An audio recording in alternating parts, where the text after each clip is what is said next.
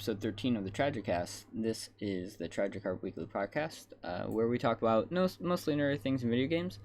This is your host, Seraph, and I'm co-hosted by Kevin. If you see our clan tag in your game, don't back out, because you'll probably win. Okay. How you doing, Kevin? Pretty good. Pretty good. So what did you do this week? Anything that I don't know about outside of some more GTA that we did? Yeah, GTA, a little bit of Storybook Brawl. Yeah, that's about it. I don't think I fired anything else up. Yeah, I've been pretty boring myself in that front. The only exception is I did complete Yakuza 4. I've platted it, so it's on to Yakuza 5. Nice. Yep. However, my poor performance that we'll talk about later in the tournament has kind of spurred me to just kind of play only Storybook Brawl for this next upcoming tournament. But we will save that talk for a little bit later. All right. So yeah, let's jump into new releases and see if there's anything worth, for us at least, to talk about. So we have Away, the survival series. This is a PlayStation 5 PC game. Chernobylite. I think Sam's excited about this game, but I don't really care. Ghost Runner, Xbox and PlayStation 5. In Sound Mind, looks like all. Kiwi, PlayStation. Lemnis Gate, looks like all. Neo, The World Ends With You. This got to be a port for PC. New World, PC, finally coming out. I have no interest in this one, but I don't know. I know we were watching people play it and blowing up video cards, but I don't think our group will probably end up playing this. Unless you know.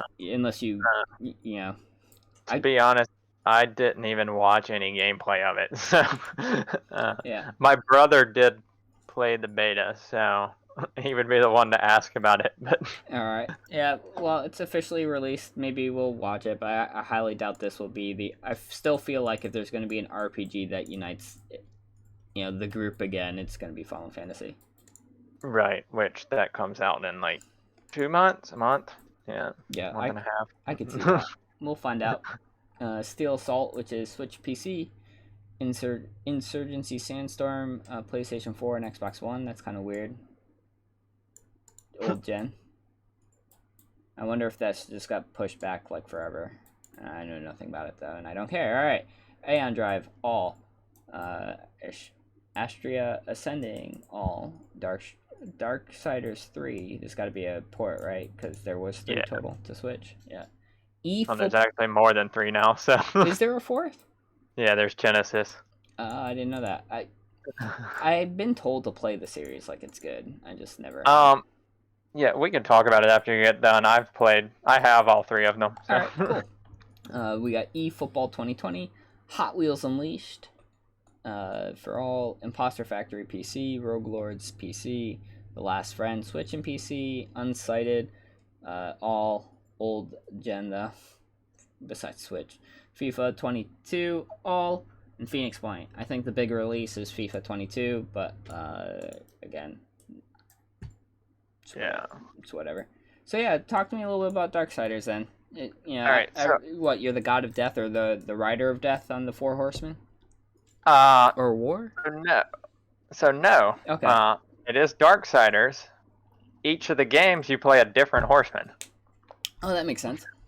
So the first one you are playing War. That's right. This one is Wrath, I believe, which is not a traditional horseman. Mm-hmm. I think Wrath takes the place of Pestilence or something. I can't remember exactly. But not important. Have you played the old God of War games? Yep, I've played all of them. All right, so it's basically just a rehash of those. Same combat, same hack and slash. Hack and slash. It's got the same where you kill people and collect souls type things. Then you can upgrade your weapons and things like that. All right, I'm already sold. It's very puzzle intensive. So okay, you've got to I'm solve no longer... puzzles.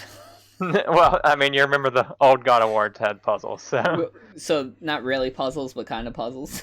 Yeah, it's like you've got to move this column. Yeah, to hear and just that kind of stuff. Gotcha. I do think the camera is a lot more free than the God of War's were, because I think God of War's camera was like locked in Yeah, this they like were fixed. 45-degree camera that was just terrible. Yeah, at least the first 2 games. Yeah, so I do think these are better. I have played the first 2. I own the third one, have not played it. Well, now you can play on Switch. Yeah, well, I already own it on the PlayStation, so why would I? But I've heard this one has some like Souls-like elements to it, though I'm not sure. No, man, that's definitely seems interesting. It does seem like the game would be up my alley. Yeah, and they're pretty good. And just if you're curious, the first one, War, is voiced by Liam O'Brien. All right, now I definitely have to give a game a shot. Oh man, I love Liam. Yeah. Yeah, I started playing that, and I started playing it after I started Critical Role. I was like, wait a minute, I know this voice. It is completely obvious. Oh man, that is awesome. Yeah, I like that because I've never really paid much attention to voice actors, and then you start watching Critical Role, and then you start going back and playing games, and you pick up on, okay, you just start picking them out. Like, oh, I know this voice. Yeah, like Jedi Fallen Order. Travis plays your Jedi Master. Yeah. So you just start hearing voices. You know what's funny? Yeah. If you were more into anime, you do that a lot with voice actors and Japanese voice actors. Like I'll hear somebody like go yada yada, and I go like, I know that voice actor. Yeah, I do that some, not because I watch anime, it's because I've watched Fairy Tail's like the only anime I watch, and my brother watches like everything, and I'll hear voice actors. Yeah. The English ones, because he watches pretty much just Funimation stuff. So it hurts, but I love your brother, so I'll let it go.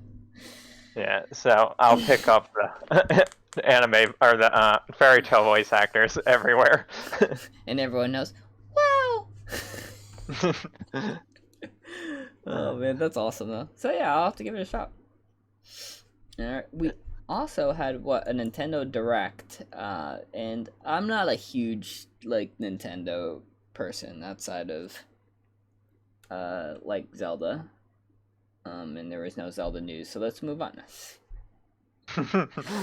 Yeah, I'm kind of like you too. I do like my Switch because I can like if I go on vacation or somewhere, it's easy to take with you. Yep. And play stuff like that. But yeah, I'm not a huge Nintendo person either. I'm not even a big Zelda person. I think we've discussed this before. Yeah. Yep. Which is sad in some way. I'll have to convert you eventually, but yeah, there are some games that are nice to pick up on there, just because you can take them with you. Yeah, that, and they're getting a lot of port love from other, games, and being able to have them handheld, is just awesome. So we'll break down the Nintendo Direct very quickly because neither of us are huge fans, and honestly, there's literally podcast directed just to Nintendo. But I think Disco Elysium is supposed to be really good. I gotta be real with you though, I'm gonna play on the PlayStation before I boot it up on the Switch. This was funny too, the Chocobo GP, which is the Final Fantasy kart racer that you found. Yeah. And then you brought up a good point, because Final Fantasy has a relationship with Sony, and it's very tight now. They used to have one with Nintendo back in the day for like the very first 5 Final Fantasies, but ever since 7, it's kind of been, maybe even 6, I'm not sure, but ever since 7, it's really been just Sony. Yeah. I mean, even Final Fantasy 14, which is the online one, is built for PC, but they said, yeah, we're going to give this to PlayStation 2. Yeah, and it's the only one of the new gen consoles, right, that you can play. Yep, and they've already put out I think they've already started on a PS5 version. It's already been through beta. Oh wow, that's awesome. Yeah, so there is that Sony connection that's really big for them. And correct me if I'm wrong, if you don't have to buy the game twice, or do you? I forget. Like, if you bought the game, like, because I have them now for both. I just don't remember if I bought them twice. Yeah, I think you. I don't remember. So you don't have to buy the game, I don't think, because the game now is free. Gotcha.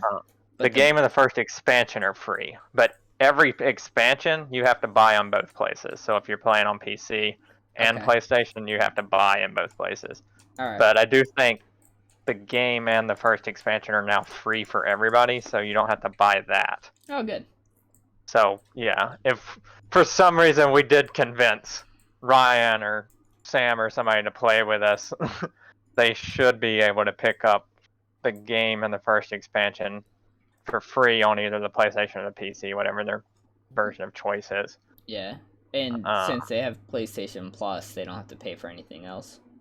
Well, they would have to pay for their subscription. Their sub. Oh, well, no, so you can play up through the first two expansion without a subscription. Yeah, I thought so. I remember reading that as one of the best trial, like, starters or something like that. Yeah, I think it's up to level 60 without a subscription now, which doesn't help me because I'm like level 70 on everything. I think I got close, but I'm pretty sure I'm like 58. I'm not 60, or I'm past 60. I can't remember. You're past 60 because you finished the first expansion. That's right. I'm in Heaven's Ward. Yeah. Well, Heaven's Ward's the first one. You finished. Oh. You either finished it or got right to the end of it. So either way, I just remember there was a duty that sucked that you didn't really feel like doing at that time, and I don't like to do solo. And then we just stopped playing. Yeah, that was probably the last one for Heaven's Ward, so you may have one more left. So you may get 45 minutes of free play before you've got to start paying a subscription. Darn. I gotta be real with you, I'd probably play on the PC. And oh, yeah, I would play on the anyway. PC, too. So, having done both. But yeah, you can play on the PlayStation, and I mean, it's cross-play, too, so... You can even play with other people. Yep. My brother used to play on PlayStation. I played on PC.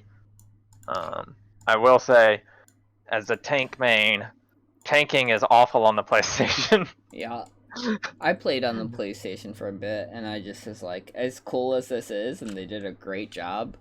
An MMO to me has to be played. I need to be able to have my keyboard and my macros and my with my mouse. I will say the PlayStation is really good for like crafting and gathering. Yeah. So you can, like, if you have a setup like I do, I have two TVs set up, one on top of the other. Yep. And so I could throw something on the TV to watch on one of them, and then like do crafting and gathering on the other, which is just mindless. Yep. Moving. Just watch something good. Yeah, that's what I used to do on the PlayStation, but I don't have the expansions on there, so I'm not going to spend it. Yeah, and double buy. Yeah. I did talk to somebody one time, though, that their kid really wanted to play, and so they taught them to do gathering and then left them there for like 2 hours. That's an efficient use of time for everybody. All right. This is the game. You click on the rock. All right. Have fun. No, go to this rock. Just go in a circle. All right, you got this. Oh, man. This all stems from Chocobo GP, a game that probably I doubt I'll pick up, but you never know. If I can be Zell or like Cloud, and I need a kart racer, and then we got Kirby, which is probably the big announcement. And then Animal Crossing, which is funny, we were talking about in the pre-show, how both of us played, I think, our first Animal Crossing with New Horizons. And, like, we played it for, like, 2 weeks and was like, alright, this is cool, and then we just stopped, so I doubt either of us are going to come back to this DLC. Yeah, unless they like have some crazy crossover that I just need to play, like Star Wars or something like that. I want to see the Star Wars crossover. Yeah, then you'll play. And then people who have Mario Golf Super Rush have stuff to look forward to. And this was funny because when you saw this, and then you made it, brought it to my attention. I was like, oh man, I don't remember this teaser trailer. I thought it was only coming for PlayStation 5, and you're like, yeah, it is. This is a port. Yeah. Which is not entirely surprising. This port is probably really easy. Yeah. Considering they've already ported it to mobile. So just porting it to Switch is probably not that big of a port. Yep. So there's don't be one of those people who buy this thinking that you're getting the remake. And also for people who are below the age of, I would say, 25, and you've never played this game before, it's not friendly in terms of you're used to recent gaming. Just throwing it out there. We didn't do any Dying Light 2 or Dying Light or whatever. I think there was one more other thing. No. Oh yeah, Shadowrun Trilogy. This is a great game. If you like the cyberpunk aesthetic, you definitely should give this a shot. It's a tactical RPG. It's really good. And Castlevania games are still coming out. Like, I used to play... I played it in the SNES, and then I just was like, okay, cool, got it. And then I was just done. And then the other one, Shin Megami Tensei 5, which is pretty cool. Atlas does my Persona series. I've never played any of the Shin Megami Tenseis, so I'm gonna wait to see if 5's actually an okay one to jump in. And then I'll let you know. And then Rune Factory 5 is something that me and Brittany introduced me to. And it's actually, if you've never played it, the Rune Factory series itself is a excellent mix of, like, crafting and an RPG, like, with the whole, like... I'm trying to think. It's not really Minecraft type. It's, like, more Animal Crossing-esque, right? But RPG crafting. You can, like, build your own RPG weaponry. Like, and you can date people if you wanted to, like, and get married, and, like, it does a little bit of everything. And it was, Rune Factory 4 was really good. I liked it a lot, and I thought I'd hate it, so, I probably will be playing this one. So. And then, the big... Mart. What's up? Got a long wait. Mart. Yeah, well, this is actually perfect, because it's right before Brittany's birthday. Swish! And then the big announcement, and probably the last thing we'll talk about for Splatoon 3 for people that care about Splatoon. I'm not one of them. I think Brittany likes Splatoon. I don't know if you played it. I've played Splatoon 2, but the controls on it are so, like, bad. Bad is a good word. If I'm gonna play a shooter, I'm gonna play my PlayStation. Exactly. How does Overwatch feel on the Switch? I have a Switch Pro controller, and so you're cheating. Yes, I loved playing Overwatch on the Switch because I was just rolling people.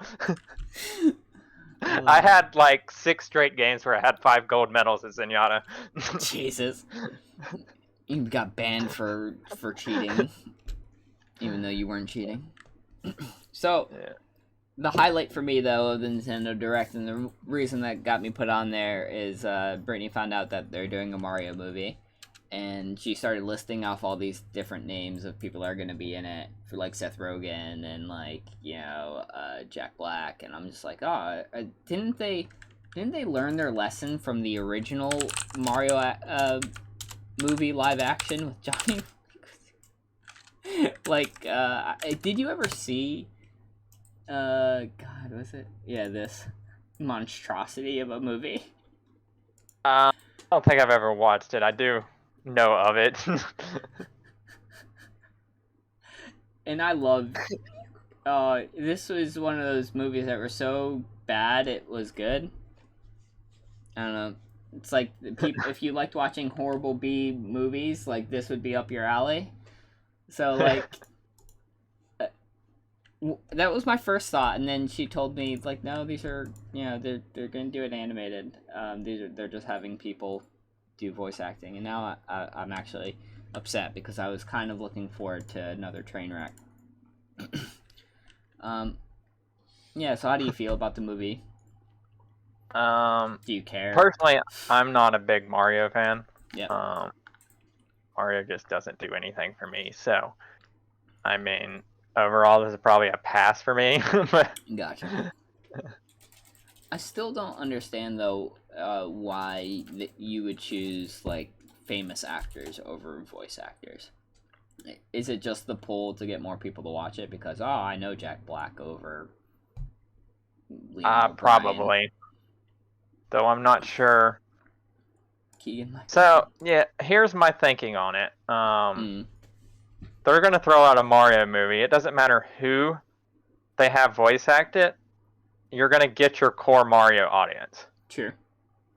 So I imagine the ploy to get big names attached to it is to try to pull in people who wouldn't normally see a Mario movie.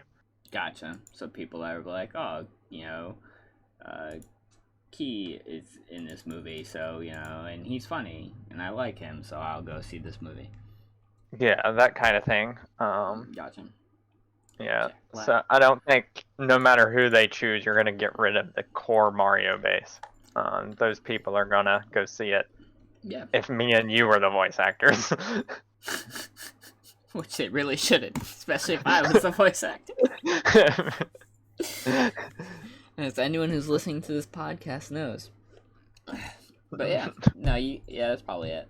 It's just, it's a lot of money to ultimately, I feel, not really enhance quality, but maybe I'll be wrong. We'll see. Alright. Now I get to talk about something that simultaneously, I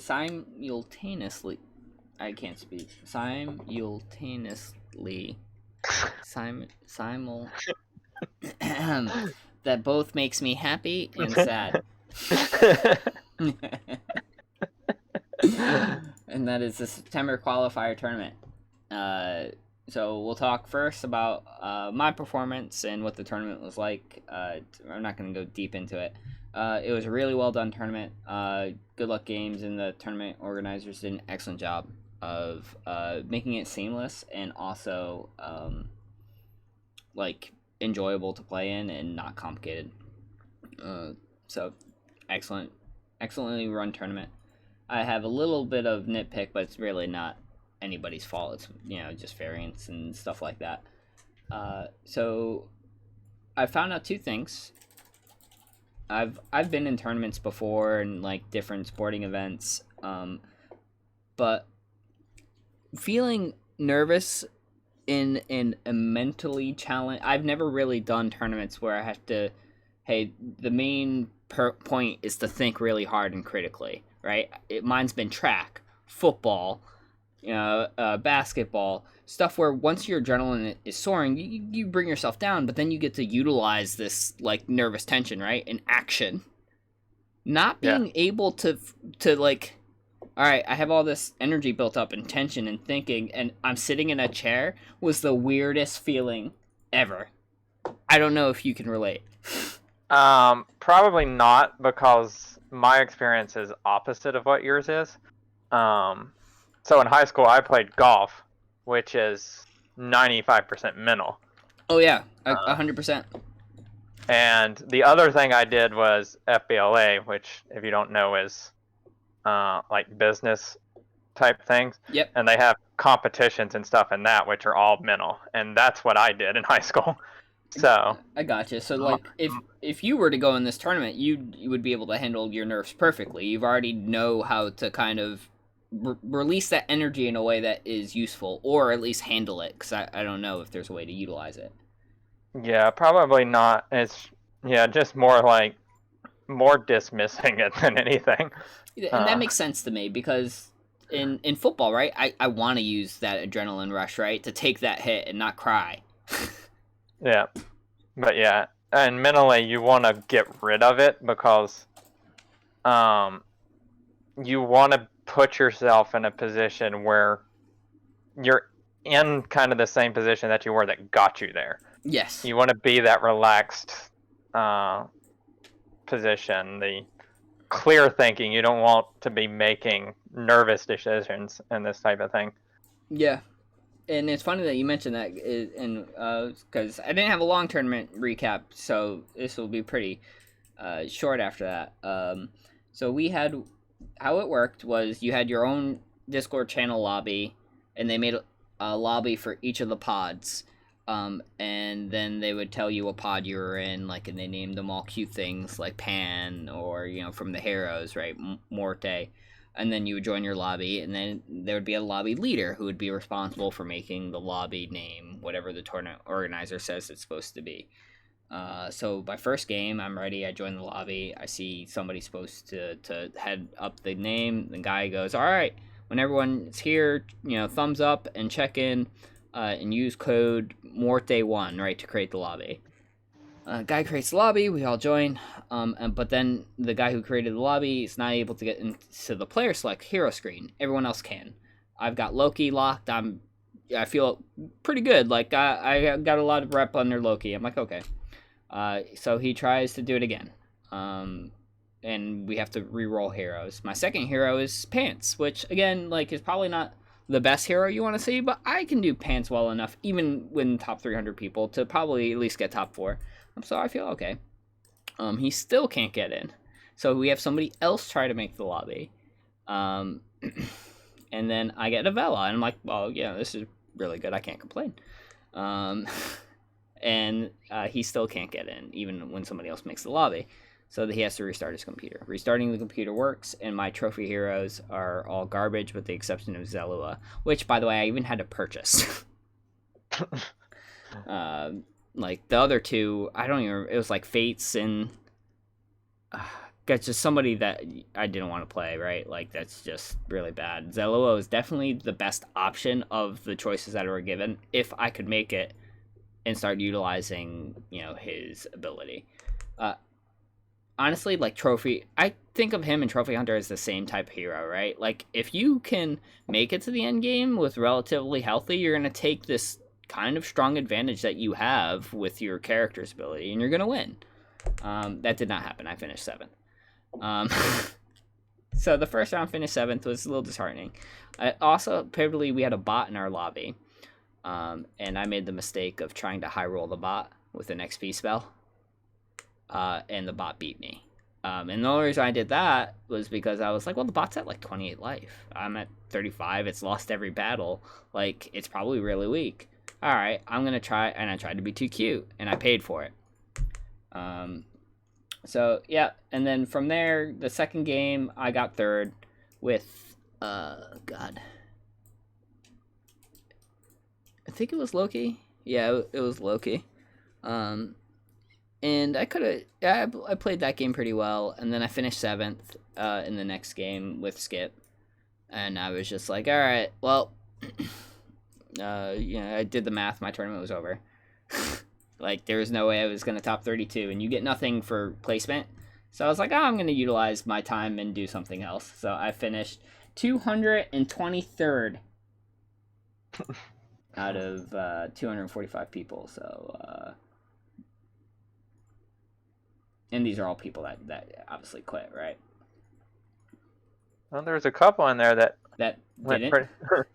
Yeah, scroll back down, I think. Yeah, well, there's one. 226, you beat a guy that played all 5 games. Yeah, and if you take the fact that I only played the first 3, right? Like... Yeah. Yeah. Some excellent... Page 404 was in my flight. I never played against them. Yuck was also in my flight. I never played against them. You saw a streamer that I was playing against, which was pretty funny in my last game. Yep. So yeah, but overall, tournament was fun. I have a renewed drive to do a lot better this time, and I kind of have a better idea of what it's like and what I need to do. So I feel pretty comfortable. And luckily for me, I'm already at the 4K, so I've done what I need to do for this month. Now I want to circle back to you. Well, first, Quay, excellent job on just destroying that tournament. I was like, I didn't watch any of the finals because we had D&D and whatnot. Yeah. And then you pull this page up and I see Quay just win both games.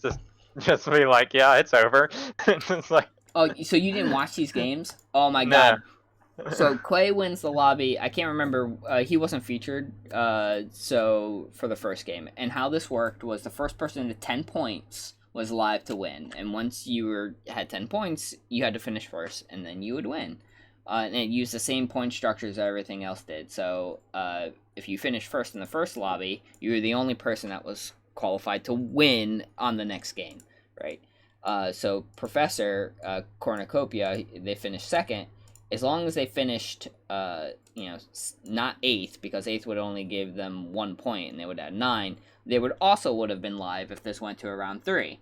However, Quay decides, oh, that's cute. I'm just gonna win both games and crush this tournament.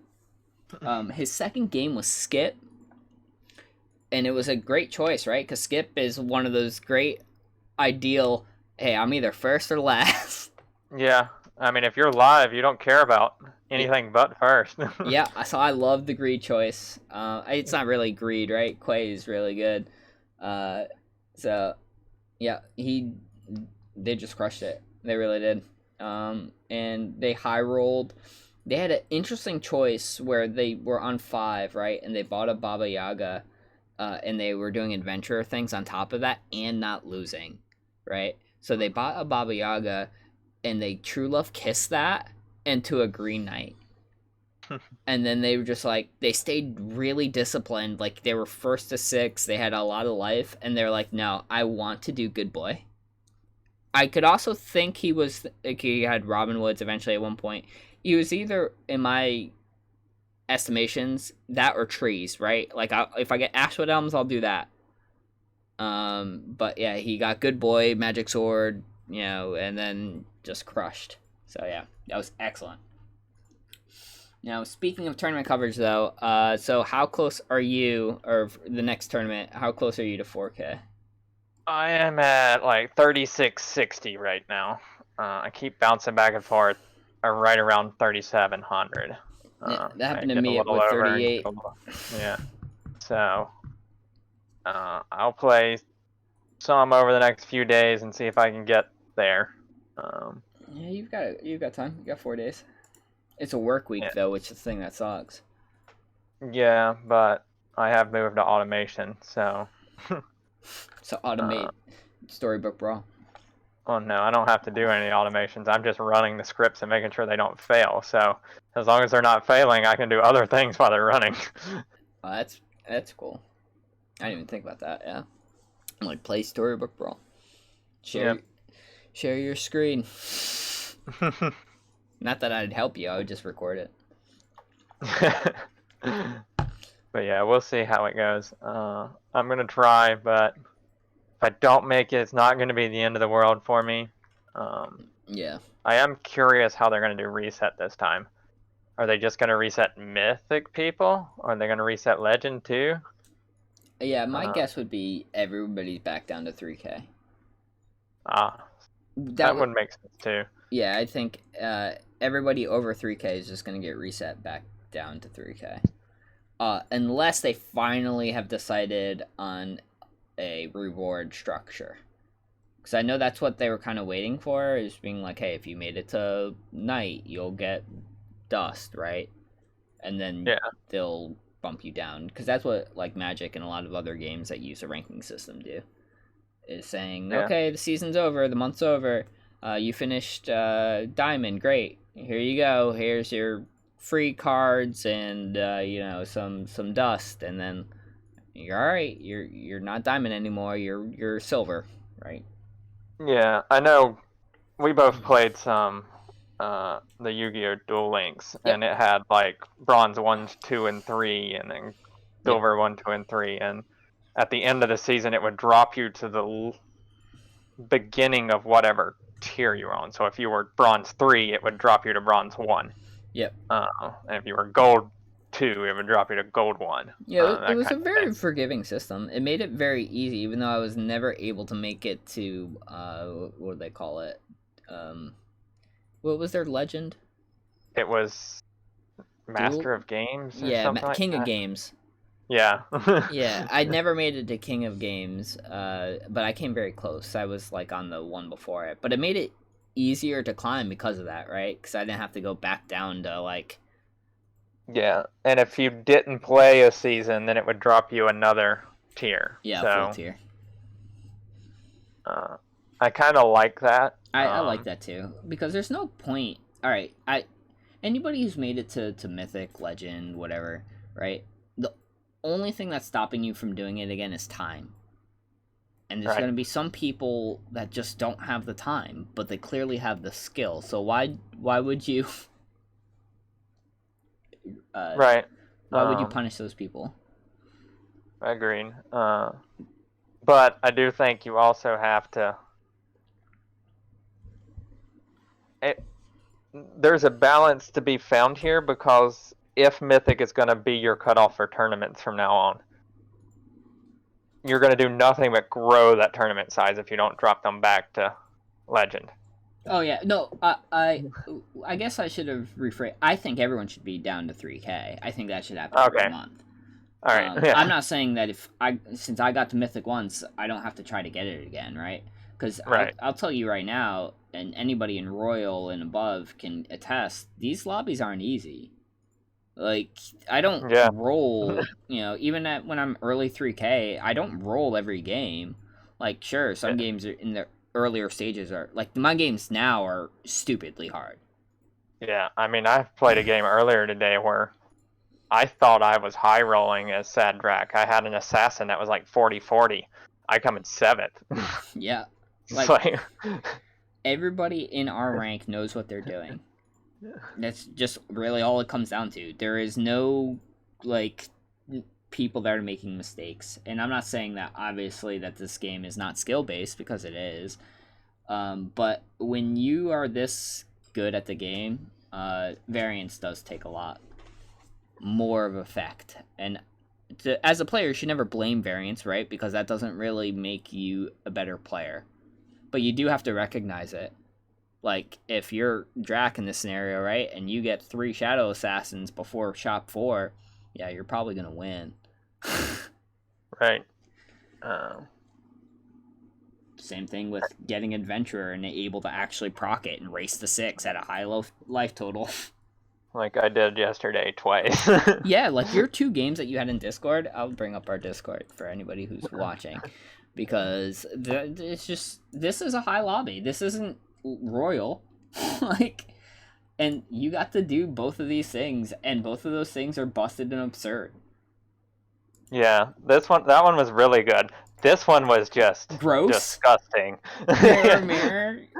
I felt filthy on this one. I had to take a shower after this one. And it's not even as good as it could be because I'm running an Evo there that's getting no buff. It doesn't need to, though. God. Yeah, honestly, this would have been better with even if you could find a sure shot. You said you had a Robinwood, the locked for the last one. Yeah, Robinwood talking about shop that I was going to replace it with. God. Yeah, I don't think I had anything else on my bench. Yeah, that was good. I think I had sold to get the good boy triple or second triple or something like triple, that. Yeah, either way. So I didn't have anything to replace it. And yeah, I was holding it in case I hit the Bell's influence. Yeah, of course. Make it good, and then it's really good. Fine. Yeah. What I find hilarious about this, though, is, like, I never quit. I'm notoriously known for being, like, I'm at 1 life. Unless we're in a custom game, right? If we're in a custom game, I don't care. But, like, on the ladder, I'll never quit. Even if I know that I have close to 0%.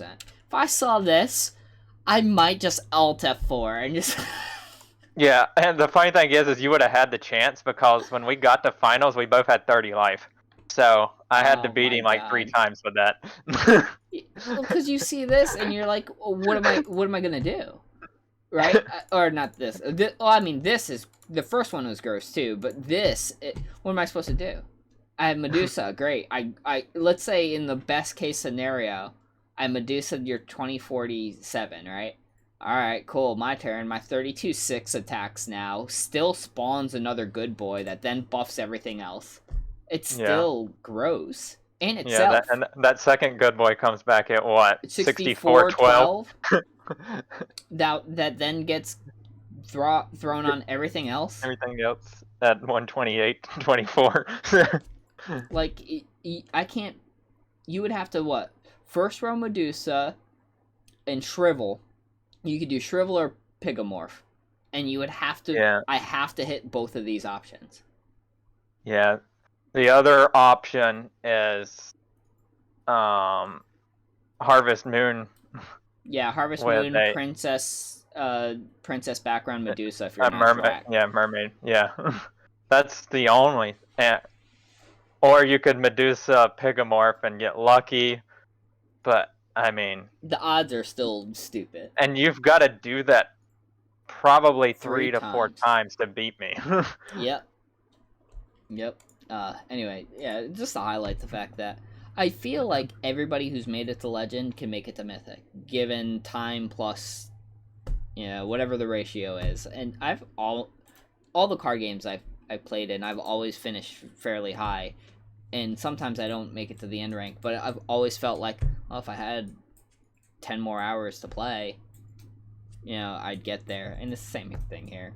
So, but yeah, I hope you make it. I would love to have a person that is also shooting for something, right? Because then it makes, hey, let's test. Let's go look at it here. Let's do this scrim stuff. But like you said, it won't be the end of the world. I don't think you care as much as I do. But that was a lot of fun, and October is looking fun too. So, and let's move into the last D&D section. You brought to my attention that we don't know yet, but there's a big Campaign 3 announcement for Critical Role that is happening this Thursday. Do you have any insider news on that, or is it just like, hey? They're having one of their State of the Role shows that they do. Gotcha. And part of the thing was that they would announce or there would be a Campaign 3 announcement, which I am assuming will be the start date. Whether or not we get any character information, that'll be unknown. I did see someone mention something on Twitter. It's not going to happen, but this would have been a great idea. And it begins right now, and then no.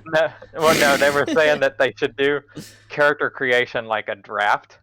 Oh, so like wow. they draw draft positions, and then they draft races, draft classes, background, stuff like that. That would be actually really cool.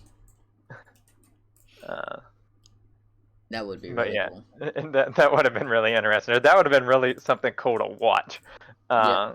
Just to like see somebody be like, I'm gonna take the elf, and everybody else be like, no, I want the elf. Fine, I'll be a tiefling. Yeah, that would be funny. That, and you get to like choose, all right, you get to go first pick on race, right? But then you go last pick on class. Like, yeah. So what's more important to you, right? Yep. Can't you also in most drafts even like give up a slot for another like? It's like, we don't want first pick. We'll take this pick. I can't remember. I'm making stuff up. Yeah. Normally you would have to trade with somebody. That's who wants what it is. Pick. Like you'd be like, hey, if you want this pick, I'll trade you this person. Gotcha. They would have to add some more stuff in there though, like drafting, because if it was just classes and races, you wouldn't be able to trade much there. But that actually would be pretty funny. That, and they can use what is my D&D character? That's what it is. Who the fuck's my D? I'm going to be a fucking stoic half-elf rogue from a small-town tavern who has an irrational fear of cats. How about this one? Gentle Dragonborn Paladin from the Sealed City who has a debilitating fear of wide-open spaces. Cunning Human Paladin from a fake leper colony hiding a secret who was petrified for over 200 years. Wow. So yeah, they could use that for background creators, and then you have to choose one. Just roll up 6 or 7 of them and just post them on a board. Yep. Oh man, that'd be funny. So hopefully we'll have more to announce about that. So for as far as Critical Role goes, we'll at least keep our eyes out and see what cool D&D role playing sessions we have. And ours, we finished up session 2. And we're finally getting to the first dungeon. Yep. I am going to point out that I think in these first two sessions, we have done more RP than we did in 2 years of my campaign. True. And I don't know if that's because our players are now growing, right? Like, this was some people's first campaign. Right. I think what it is largely is in my campaign, like you said, it was their first one, and so they picked characters who, I mean, Chris picked James, and he's like, I don't have a background for James. It's like, so just give him amnesia. It's really hard to roleplay when you've got a character who doesn't have a personality. Yeah. Or like a history at all. Yeah, that and all you can get into traps of all the generic characters, right? Like, yeah. So what story are you making for yourself then? Yeah. What's your motivation? And so and it was even the thing where I had a backstory out for him, and I tried to like reveal it through dreams and stuff like that, and he just wouldn't accept them. Yeah. So he never was able to take that and run with it.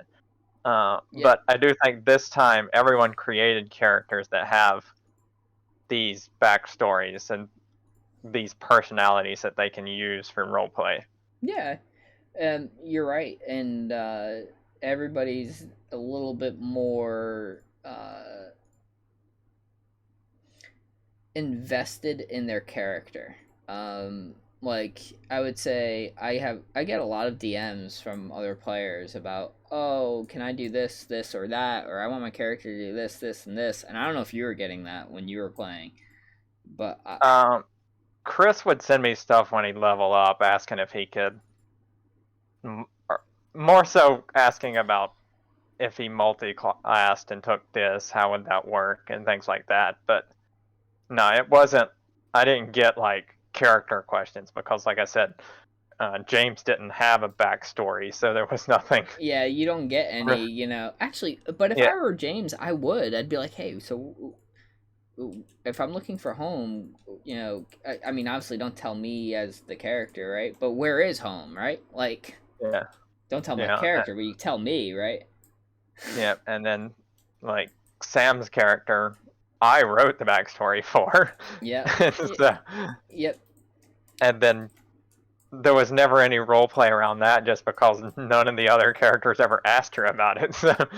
Yeah, at that point, Zareth was so accepting of the clusterfuck that was his group that he realized that asking questions, that and his own motivation was, if I ask you a question, you get to generally ask me a question. And I'm wanted throughout. Yeah. And I'm being hunted and persecuted. The less questions, the better. But yeah, that and this wasn't a traditional Zera for me, so he's harder for me to play. But yeah, I should have probably done a better job as the senior role player, I guess, of forcing those interactions. But we live and we learn. Yeah, now everyone has 2 years under their belt, so no excuses anymore. Yeah, I mean, you're right. The role playing has been great. It's great to have Maury back in. Maury was, when he was playing the first campaign, I think was definitely down to role play a lot more often than our group was, right? I remember him trying to interject a lot of that stuff. And now he gets to do it with a group that's reciprocating, right? Right. And that's no fault of yours having run it. Now you get to role play with this ragtag, and it's funny is I've realized what I like about DMing. So right now I hold all the key pieces of information, right? Like I know everyone's motives generally, right? All the player characters. I know my NPC's motives, and then I get to be like, oh man, what's gonna happen when this guy finds out about this? Yeah. Yeah, and then sometimes it's my NPC. What's my NPC gonna do when they find out that you know, Emmy is from a noble from an unwanted land, right? Or are they gonna try to extradite her? And then I think about it, right? Like, you know. Right? And then I also thinking right now, and I'll let you in on this, and I'm giving it a little time. It's actually on my encounter table that I was telling you about. Are your people hunting for you? It makes sense, Yeah. right? Like you're a noble who's just gone up, took your family's armor and sword, and left. And Yep. obviously, your father's not—he's going to take responsibility, right? And I imagine as a noble person, be like, no, yes, I allowed this to happen. Yeah. It's not stolen, is what probably the only thing he'll say. Right? Yeah. There's that, and you could write that way. I just kind of left it up to you to do their Well, I could, decisions. yeah. But originally, when I had thought about it, I had considered writing in a thing where he was going to be like, here's the stuff, go, but know that based on my position, I will have to send someone to find you. Yeah. And but I decided not to put that in. I just kind of left it up to you. No, I was already leaning towards that angle where eventually you're being hunted on the continent, but no one knows where you are, right? Yeah. So this is a double-edged sword. As you get more famous, and people start talking about you, because people are already talking about you. It's like, hey, have you heard this foreigner just went to Montspire, right? But it's just staying formulated in the town. Yeah. Right? But oh, hey, you know, as you get more famous, that's gonna even reach the continent. It's just gonna take a little bit. I have toyed with making things a little bit darker on you, but I don't want to do it because Emmy is such a nice character. So I'll tell you what one of my was that because your father made this decision, I was thinking about him having to commit seppuku. And I was just like, no, I'm not gonna change Emmy to like Batman. All right, like that. And I don't want a strong sense for your character to leave. Is really right, because if that were to happen, Emmy, there could be a stance for Emmy to be like, well, I need to go back home, right? Like I need to honor my father, at least to say goodbye. Yeah. And obviously I don't want to. Well, I don't want that to happen. So I think we're just gonna hunt. Yeah, and like I know when were talking about creating characters, and like I had pitched the idea for that Sam could be her twin sister. One of the ideas I had for that was that she didn't leave with Emmy, that she was the one sent to hunt her down and found her, but couldn't drag her back, so she just kind of tagged along. But she decided not to go that direction. Yeah, instead she's being the potential suitor from a distance, and I love how awkward Kay is. Yeah. It's like Emmy has no clue that there might even be a vague spark of interest in there. Yeah. And she never will. Because I imagine with Emmy's character, you have to be direct. Yeah, pretty much. And even you could tell that Biggledoon is trying as well, and she's just just completely oblivious. Yeah. Oh man, it's fun though. I'm having a lot of fun this is probably the most fun I've had as a DM, and I think it's because of everyone's motivations is unique and different, but still have a reason to be together. I'm hoping one of my fears as a failure of a DM is something happens and the party breaks up and then I can't bring them back together, right? Like there's stuff that can happen. Yeah. Like if you guys one of the things that were brought up with concern was like, hey, if someone fights a metallic dragon, like, the Dragonborn, I'm not going to want to take place in that. Right? Like, and that makes sense. Those are my ancestors. Like, I don't want to fight metallic dragons, though, in my universe are good aligned. Right? You guys would have no reason to ever fight a metallic dragon unless you just wanted to kill it because it's a dragon. Yeah. And that's how Emiko would respond to that. It would be, up to her, of course. But that would make you evil. You killed a good aligned creature. Yeah, I could see that. But yeah, I understand what you mean, because back in the campaign I ran, there was a session that you missed, and Maury and James got into a fight, and one of them killed the other one, and we didn't know how to proceed. So we just retconned the whole hour. It's like, let's just go back and not have this conversation. And one killed the other.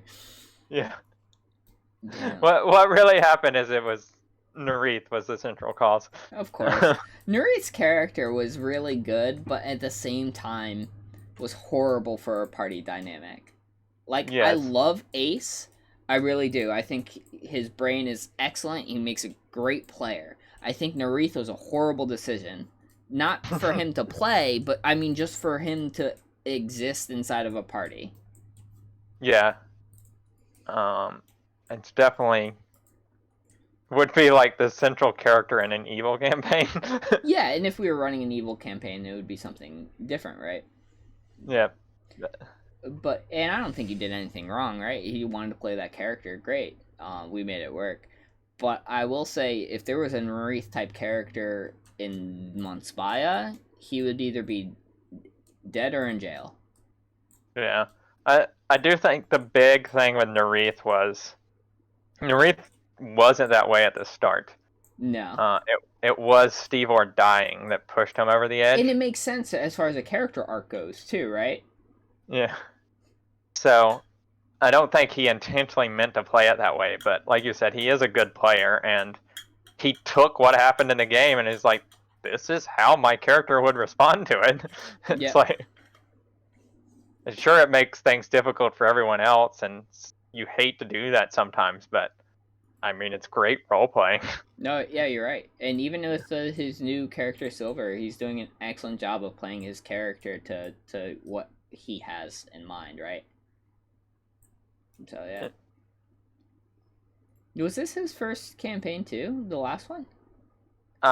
They had played in another campaign that only went 3 sessions, and then the DM quit on them. Oh, gotcha. Yeah. So this was really their first true session then. I mean, then they're doing an excellent job, in my opinion, for role playing. Yeah. Especially now that they have more defined characters. Yeah. But yeah, and speaking of the Jewel of the Desert or the Monspaya campaign, you can also catch that on Sundays. We do that now Sundays at 6 p.m. Eastern, or you can catch them. Usually I upload them the next day on YouTube. If you watch episode 2, though, half the episode doesn't have their audio because my audio capture for Discord stopped working. So that's a little awkward. But luckily, not too much happened.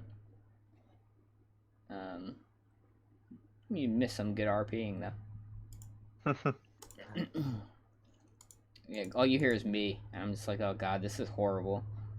So I'm gonna do a timestamp, just the start of the audio, so people can just skip to when the whole party is there. But it does suck that I missed that. I'll be more diligent in the future. But yeah, are you excited to climb before we wrap up on what we're doing this week? Yeah. I made the tower different. I will give you a heads up. Good. I'm more excited to get to level 3, so I actually get my samurai stuff. Yeah, and to do that, you need to climb the tower and get to level 2. Get to level 2 or clear level 2? Get to level 2. Level 1 is its own milestone. Alright. Which, as you've been hinted at, will be the Underdark. So. Yep. Yeah, and I made this huge, by the way. So my plan for this dungeon is not a room dungeon, like a normal dungeon campaign. It's almost like its own world that has different anchor points in different rooms. So you can stumble into an anchor point as early as 5 minutes. Or it could be a session before you find the next level. All right. So Sounds interesting. yeah, I suppose the We'll last time find out. you remember the one shot the last time it was like, all right, here's 2 or 3 encounters. All right, sweet. Here's the next level. Yeah. It felt very much like a video game, right? Go chase this guy down. Yeah, exactly. Now that you've chased him and decide whether or not you want to kill him or the other guy. Pretty much. My storytelling is not great. I need to pull from other things. I'm definitely more of a, and I do that with my coding too, which is funny, right? I take 2 or 3 different people's codes and combine them into one, and my storytelling, sadly, is the same way. Man. But awesome. So let's wrap this up. You can start. What are you looking forward to doing this week? What's on the docket for you? I'm gonna try to do some Storybook Brawl climbing. Probably play some GTA, I'm sure. Other than that, I don't have any plans. We'll see if something else comes up. Yeah, I'm kind of the same here. I'm gonna be starting probably on Yakuza 5, but I don't know. The tournament has really. I want to throw more time into just playing more, right? Getting better and just getting more reps under my belt. And probably even I don't know if you have interest in it, but I'm also in the Storybook Brawl competitive thing where they have like their queues where they'll join up. Probably gonna try to do a couple sessions when they have them. Nice. Yeah, I have to actually climb, so I need to be in real ladder. Yeah. But if you do make it, I do think it would be nice for both of us to just start playing these lobbies, right? I think the more time you get into a lobby where, hey, you know these top 8 people, right? Like are competitive people. So. Yep. Yeah, I love this comment real quick. So I didn't feel a difference in difficulty between day 1 and top 8 this weekend, but the random queues at 4,000 MMR are significantly easier than both. And I can agree with that. I definitely felt like, well, I can't say that. Some of the queues at 4.2 are still like that. You make a mistake, it's over. But yep. So hopefully next week we'll have more to talk about it. Hopefully you'll also be at 4K.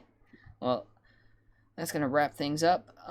Thank you so much for listening, and have a good gaming this week and other things.